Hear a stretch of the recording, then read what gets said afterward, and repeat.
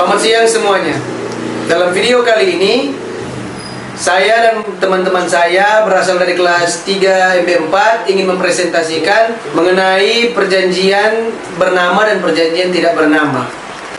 Bersama saya Aquila Maid, teman saya Priscilla Kaunang, Elizabeth Octaviela, Jonathan Tambayong, Fabio Paulus, dan Monica Padelaki. Perjanjian di Indonesia secara umum ada yang mempunyai suatu nama khusus maupun yang tidak terkenal dengan suatu nama tertentu atau sering disebut dengan istilah perjanjian bernama atau bisa disebut juga dengan nominat, dan perjanjian tidak berminat atau bisa disebut juga dengan innominat. Perjanjian jual beli.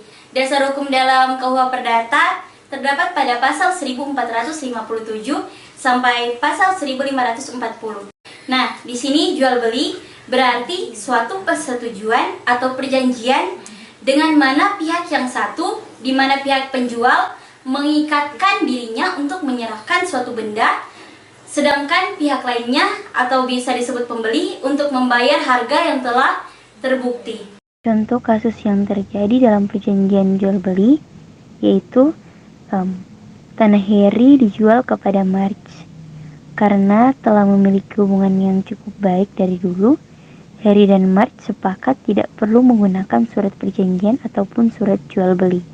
Nah, dalam kesepakatan yang terjadi, kedua belah pihak sepakat dengan harga 150 juta.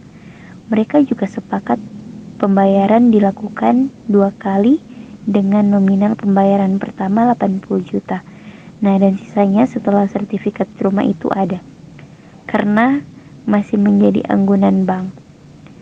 Marge tidak sepenuhnya melakukan kewajibannya, melakukan pembayaran pertama sebesar 80 juta.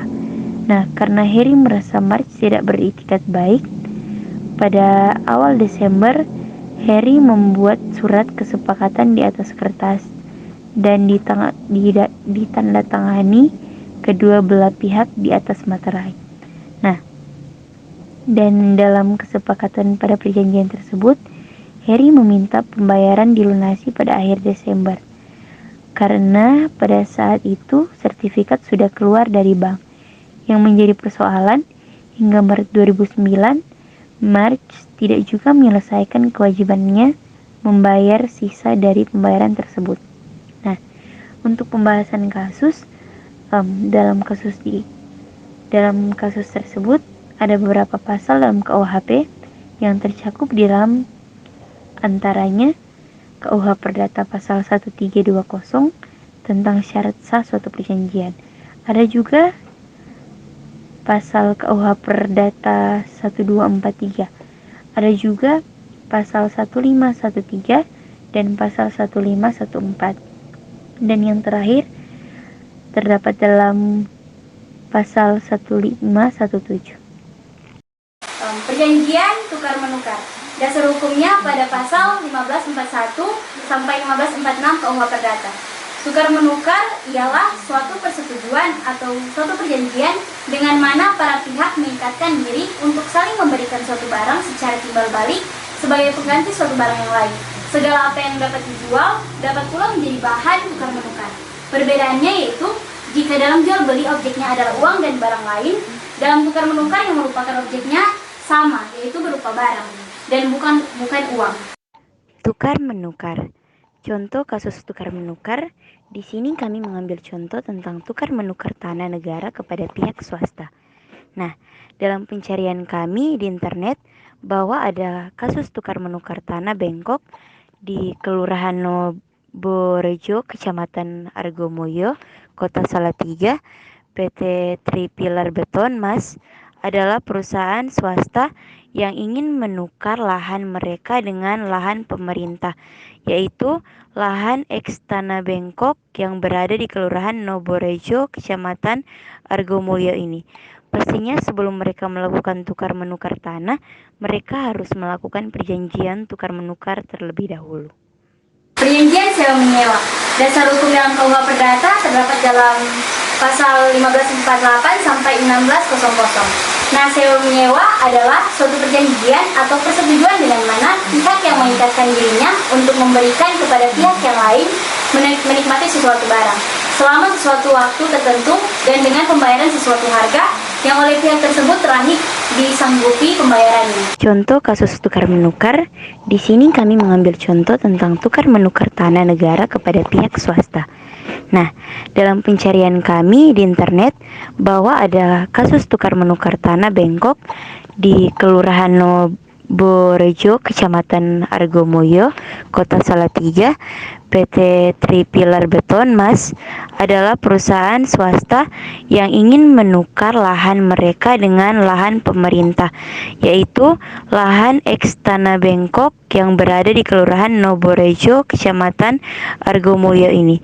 Pastinya sebelum mereka melakukan tukar menukar tanah, mereka harus melakukan perjanjian tukar menukar terlebih dahulu. Selanjutnya ada perjanjian kerja atau perburuhan. Dasar hukumnya terdapat dalam pasal 1601 sampai dengan 1603 KUH Perdata. Persetujuan atau perjanjian pemburuhan adalah perjanjian dengan mana pihak yang satu mengikatkan dirinya untuk melakukan pekerjaan di bawah perintah pihak lain untuk sesuatu waktu tertentu dengan menerima upah.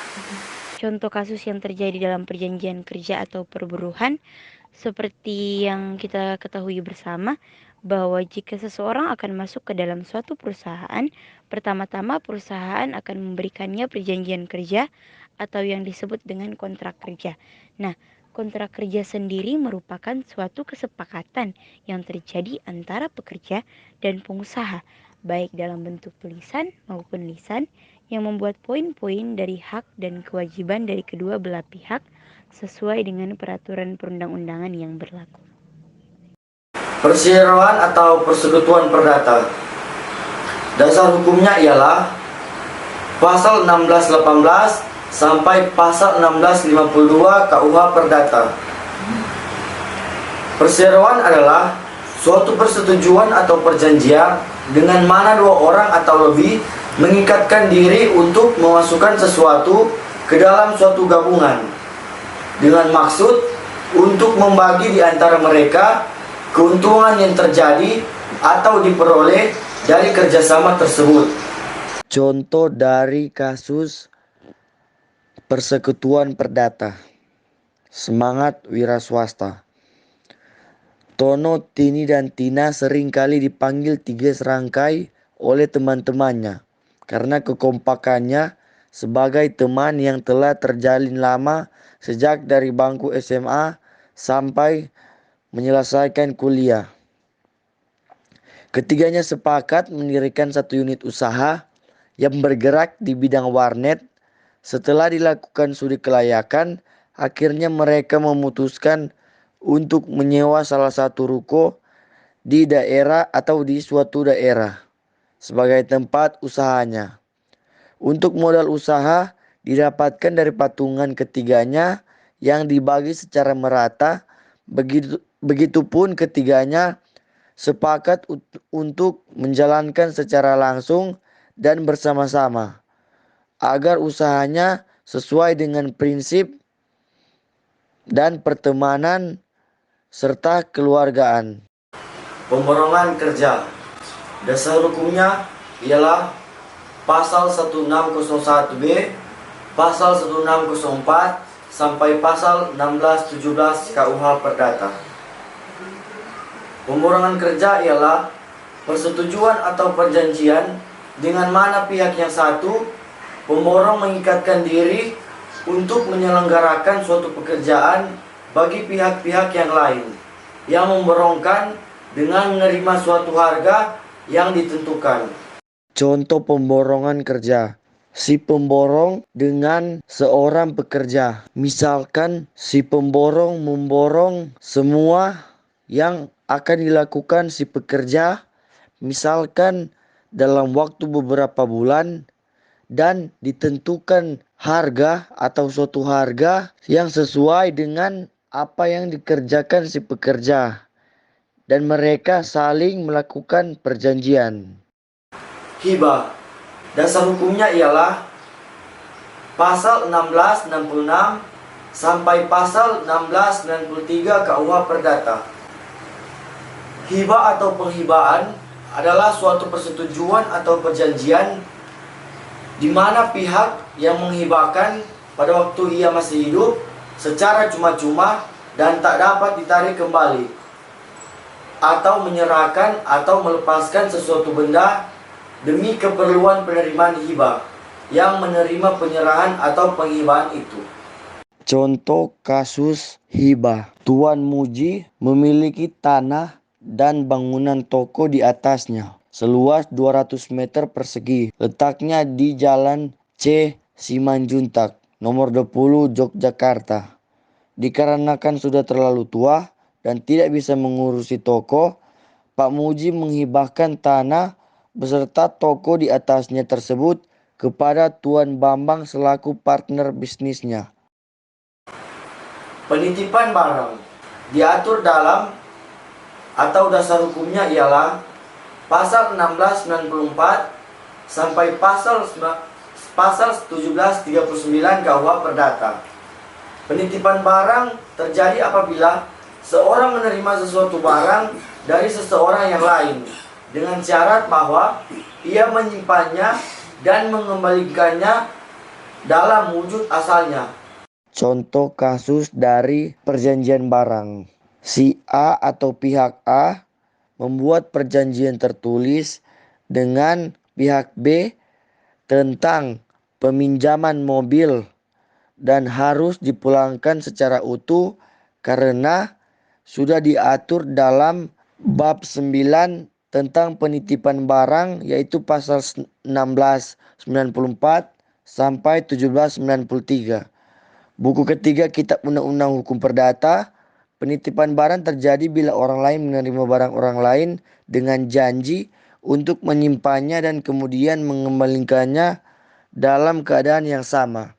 Maka si peminjam atau pihak B harus memulangkan mobil dengan keadaan yang utuh atau tidak terjadi suatu hal yang berbau kerusakan. Pinjam memakai diatur dalam pasal 1740 sampai 1730 KUH Perdata. Pinjam pakai itu adalah suatu perjanjian atau persetujuan dengan mana pihak yang satu memberikan suatu barang kepada pihak yang lainnya untuk dipakai secara cuma-cuma, dengan syarat bahwa yang menerima barang itu setelah memakainya atau setelah lewatnya suatu waktu tertentu akan mengembalikannya. Kewajiban-kewajiban peminjam barang antara lain bahwa ia peminjam berkewajiban untuk menyimpan dan memelihara barang pinjaman yang bersangkutan sebaik-baiknya dan sejujur-jujurnya. Ia hanya boleh memakai barang pinjaman itu sesuai dengan sifat dari barang yang bersangkutan. Ada kalanya barang yang merupakan objek perjanjian itu berkurang harganya. Jika terjadi demikian, maka peminjam tidak bertanggung jawab mengenai kemunduran harga atau nilai barang itu, asalkan berkurangnya itu di luar salahnya pemakai atau peminjam dan oleh karena pemakaian semata-mata. Contoh kasus pinjam pakai. Dina meminjam barang kepada Dono secara cuma-cuma, tetapi dengan syarat bahwa Dono harus mengembalikan barang tersebut dengan kondisi yang dipinjam pada waktu pertama kali, dan Dono harus mengembalikan barang tersebut setelah waktu yang ditentukan. Pinjam mengganti atau meminjam diatur pada pasal 1754 sampai pasal 1769 KUH Perdata. Pinjam mengganti atau pinjam ganti atau pinjam meminjam yaitu persetujuan atau perjanjian dengan mana pihak yang satu, yaitu yang meminjamkan atau kreditur, memberikan kepada pihak yang lain, yaitu yang meminjam atau debitur, suatu jumlah tertentu dari benda yang dapat habis karena pemakaian, dengan syarat bahwa pihak yang meminjam mengembalikan sejumlah yang sama dari macam dan keadaan yang sama pula. Contoh kasus pinjam mengganti atau meminjam. Si A meminjam uang sebesar 10 juta rupiah kepada si B. Pada saat si A meminjam kepada si B, mereka melakukan perjanjian pinjam mengganti atau meminjam, dengan syarat bahwa si A yang meminjam harus mengembalikan sejumlah yang sama pada waktu yang telah ditentukan kepada si B. Pemberian kuasa diatur pada pasal 1792 sampai pasal 1819 KUH Perdata. Pemberian kuasa merupakan suatu perjanjian persetujuan dengan mana seseorang memberi kuasa atau kekuasaan kepada orang yang lain yang menerimanya untuk atas nama pemberi kuasa.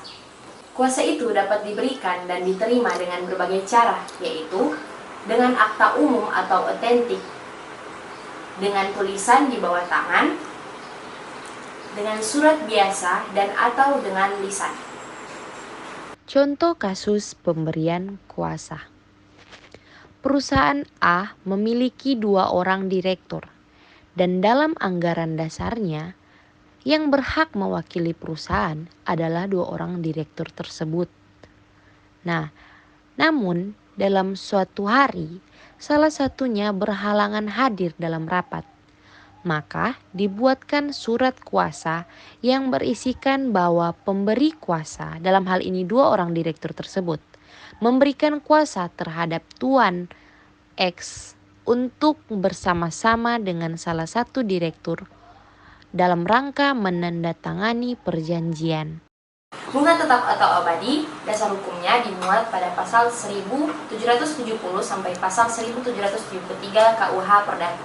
Bunga abadi merupakan suatu perjanjian dengan mana pihak yang memberi pinjaman uang mensyaratkan adanya bunga atas pembayaran sejumlah uang pokok yang tidak akan dimintanya kembali. Contoh kasus bunga tetap atau abadi. Di sini saya mengambil contoh kasus peminjaman uang di bank. Seperti yang kita ketahui bersama, bahwa jika kita meminjam uang di bank, pastinya bank akan memberlakukan atau akan memberikan suku bunga bank. Sebelumnya, pasti bank akan membuat perjanjian bunga tetap atau abadi, di mana pihak yang memberi pinjaman uang mensyaratkan adanya bunga atas pembayaran sejumlah uang pokok yang dipinjam. Suku bunga bank sendiri adalah imbalan jasa atas dana yang dipinjam oleh nasabah.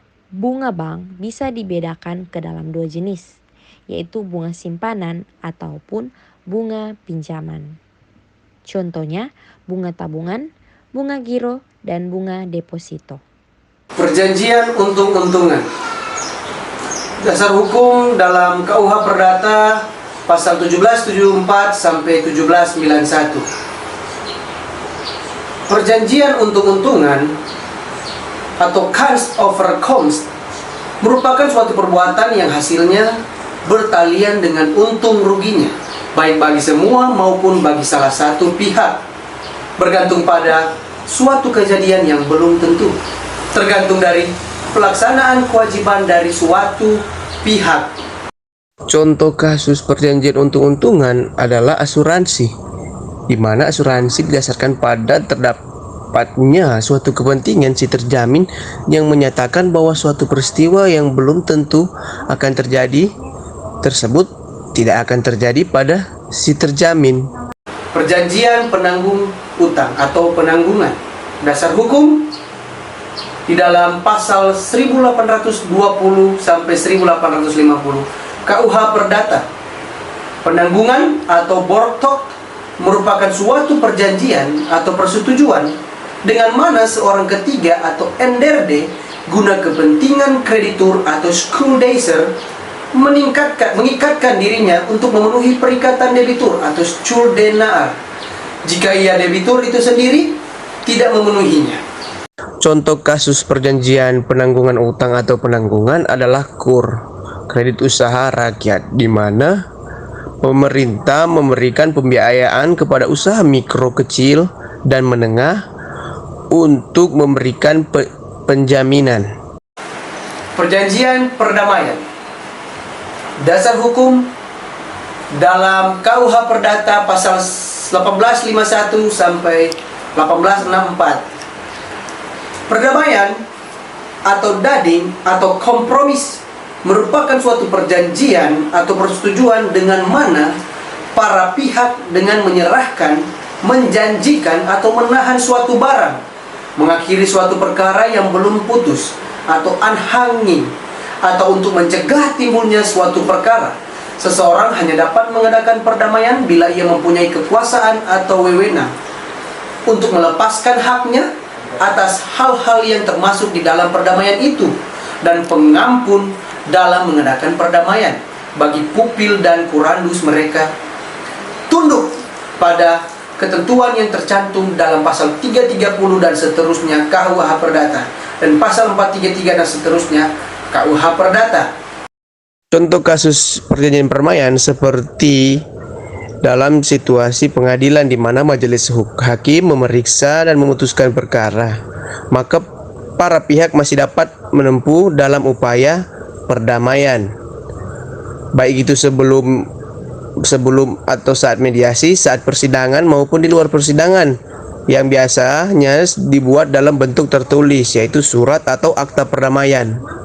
Surat perdamaian ini dibuat oleh kedua belah pihak yang bersepakatan untuk mengakhiri gugatan yang telah didaftarkan di pengadilan. Perjanjian tidak bernama. Perjanjian tidak bernama adalah perjanjian yang belum diatur di dalam KUH Perdata tetapi terdapat di dalam kegiatan sehari-hari masyarakat. Perjanjian kontrak product sharing atau bagi hasil. Kerjasama untuk melaksanakan usaha eksplorasi dan eksploitasi yang lebih menguntungkan negara dan hasilnya digunakan untuk kemakmuran rakyat berdasarkan prinsip pembagian hasil produksi. Contoh dari perjanjian bagi hasil, misalnya suatu usaha UMKM yang melibatkan dua pemilik. Jadi, di awal sebelum mereka memulai usaha tersebut, mereka telah membuat perjanjian untuk membagi hasil dari pendapatan mereka. Misalnya membagi hasil 50% dan 50%, atau mungkin 60% dan 40%, sesuai dengan keputusan dari pihak pertama dan pihak kedua. Perjanjian kontrak karya. Suatu kontrak yang dibuat antara pemerintah Indonesia dan perusahaan asing semata-mata atau merupakan patungan antara badan hukum asing dengan badan hukum domestik dalam bidang pertambangan di luar minyak dan gas bumi sesuai dengan jangka waktu yang ditentukan oleh kedua belah pihak dan dinilai dari besar kecilnya investasi. Contoh perjanjian kontrak karya. Di sini kami mengambil contoh PT Freeport Indonesia. PT Freeport Indonesia adalah perusahaan asing yang memiliki kerjasama dengan Indonesia. Kerjasama ini merupakan patungan antara kedua belah pihak dan kerjasama ini memiliki jangka waktu yang telah ditentukan dalam perjanjian tersebut. Perjanjian kontrak kemitraan. Kerjasama antara pemodal asing dan nasional untuk membentuk perusahaan baru antar kedua pengesahan tersebut yang semata-mata didasarkan pada kontraktual atau perjanjian. Contoh kasus kemitraan. Contoh yang kami ambil adalah kemitraan antara petani tembakau di Lombok Timur dan Lombok Tengah dengan PT British American Tobacco Indonesia atau PT BATI. Program kemitraan ini dimulai tahun 1972 oleh BATI dengan maksud mendapatkan suplai tembakau Virginia setiap musim yang terjamin jumlah dan kualitasnya. Dari contoh ini dapat dilihat bahwa pemberdayaan usaha kecil yang dilakukan lewat kemitraan dapat tercapai dengan baik. Tujuan untuk menumbuhkan dan meningkatkan kemampuan usaha kecil menjadi usaha yang tangguh dan mandiri, serta dapat berkembang menjadi usaha menengah. Dari contoh ini juga dapat dilihat bahwa para petani bisa dibilang diangkat derajat ekonominya oleh kehadiran PT BAT Indonesia. Tujuan lainnya yaitu untuk meningkatkan peranan usaha kecil dalam pembentukan produk nasional, perluasan kesempatan kerja dan berusaha, meningkatkan ekspor, serta peningkatan dan pemerataan pendapatan untuk mewujudkan dirinya sebagai tulang punggung serta memperkukuh struktur perekonomian nasional. Oke teman-teman, untuk kesimpulan dari kelompok kami, perjanjian pada dasarnya merupakan bentuk hubungan kepercayaan antar pihak untuk mendapatkan manfaat yang ingin dicapai oleh keduanya. Kita sebagai subjek hukum untuk mengikat kedua pihak yang melakukan perjanjian dapat dilakukan dengan tertulis maupun tidak tertulis. Sekian, mohon maaf kalau ada salah kata. Terima kasih.